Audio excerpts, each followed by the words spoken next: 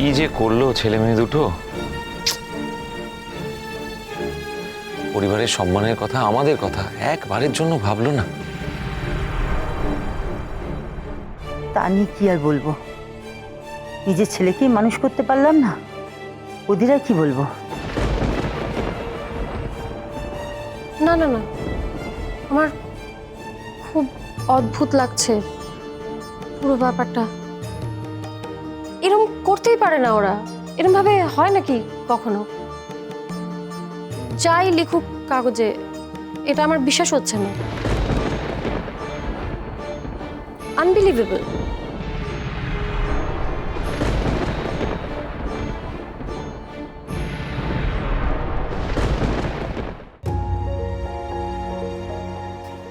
দিদি ভাই, চা চা দেবো একটা? না না, আর চা খাবো না। স্পেশাল চা আছে। আচ্ছা ঠিক আছে, তাহলে দাও। আচ্ছা। এই sorry sorry sorry sorry sorry আমার একটু লেট হয়ে গেল। হ্যাঁ, যেমনটা প্রায় হয়। এই আমি আজকাল অনেক পাংচুয়াল হয়ে গেছি। হ্যাঁ, প্রত্যেকটা মিটিংয়ে টাইমে আসি, বললে হবে?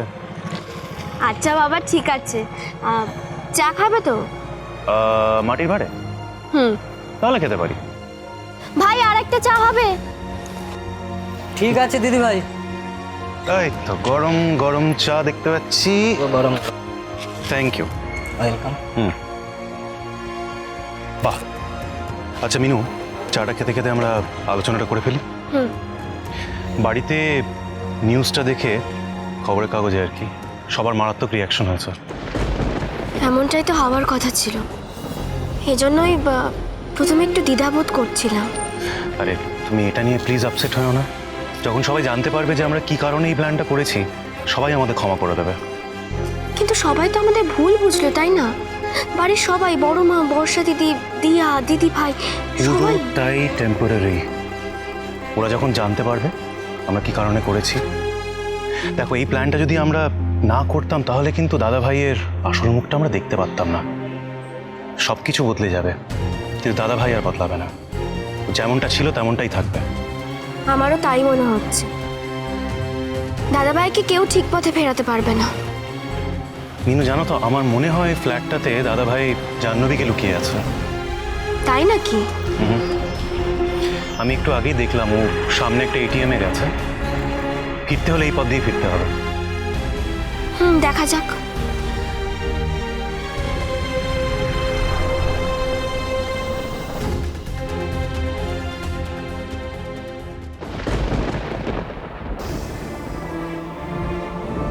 ওই দেখো, দাদাভাই আসছে, এদিকে তো আসছে।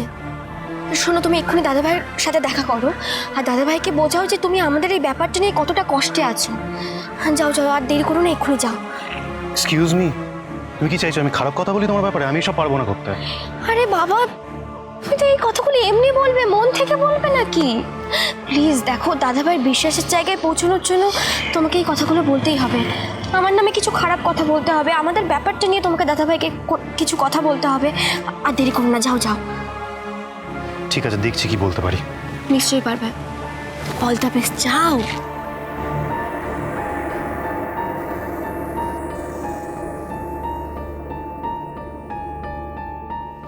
দাদা ভাই, তুই এখানে?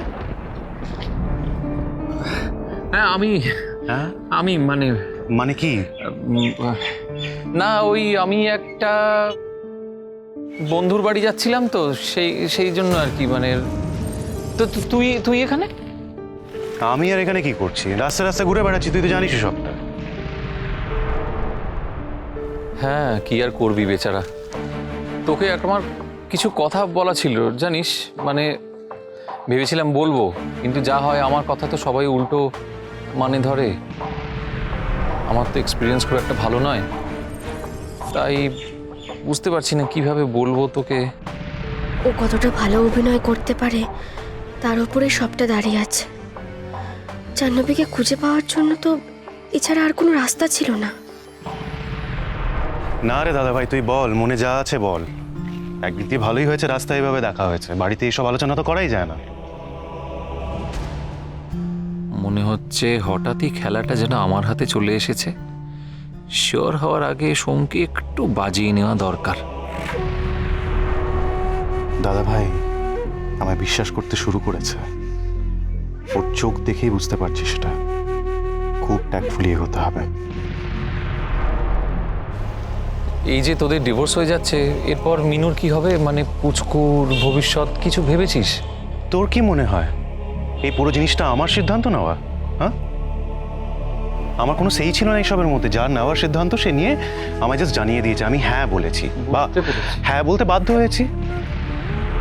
আমি এটাই ভাবছিলাম, এটাই এক্সপেক্ট করছিলাম আমি। চাক, বাদ দে, ছেড়ে দে। কি করবি মেয়েটার সঙ্গে থেকে? ওকে যেতে দে। তোকে তো অনেকবার বলেছি এর আগে আমি যে ওকে বাদ দে জীবন থেকে। তুই আমায় পাত্তা দিসনি, কথা শুনিসনি। তা সে এখন কি করবে? নিশ্চয়ই কাউকে জুটিয়ে নিয়েছে। ওই তো কি বাইরে যাচ্ছে কি সব করতে, স্পন্সর টনসার করছে নাকি লোকজন, সে নাকি? সেসব আমি জানি না। ও যদি বড় হওয়ার থাকে ও হবে, আমি আটকাবার কে? আমি শুধু এইটুকু জানি যে এই সব কিছুর মধ্যে আমি খুব ভেঙে পড়েছি। জানি রে ভাই, বুঝি সবই। দেখ, এইসব ফেম ক্যারিয়ারে বেশি দিনে নয়। তুই পাশে না থাকলে হবে? তুই ছিলিস বলে হয়েছিল। ভুল করেছি রে দাদা ভাই, বিশাল বড় ভুল করেছি। জাহ্নবীকে আমার জীবন থেকে সরিয়ে দেওয়াটাই আমার জীবনের সবচেয়ে বড় ভুল হয়ে দাঁড়িয়েছে। আজ যদি জানু আমার পাশে থাকতো না। জাহ্নবীর কাছে যাবি দেখা করতে?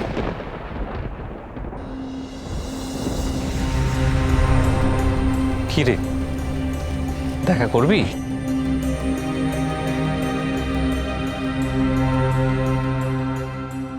আরে বল কিছু, দেখা করবি কি করবি না, কিছুই তো বলছিস না।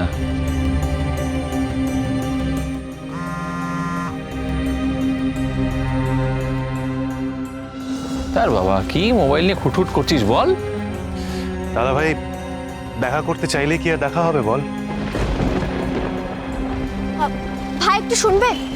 হ্যাঁ দিদি ভাই, বলছে যে কত হয়েছে? 10 টাকা হয়েছে। আচ্ছা,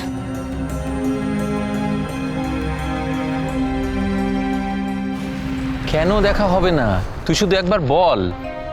না রে দাদা ভাই, বোঝার চেষ্টা কর। আমি জাহ্নবীর সাথে যা যা করেছি তারপরেও কোনো মতেই আমায় ক্ষমা করবে না।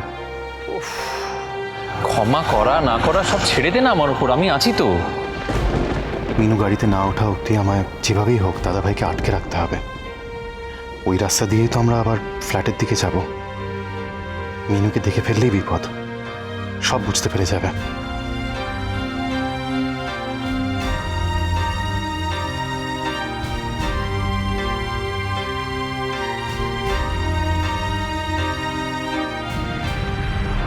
সত্যি বলছিস দাদা ভাই?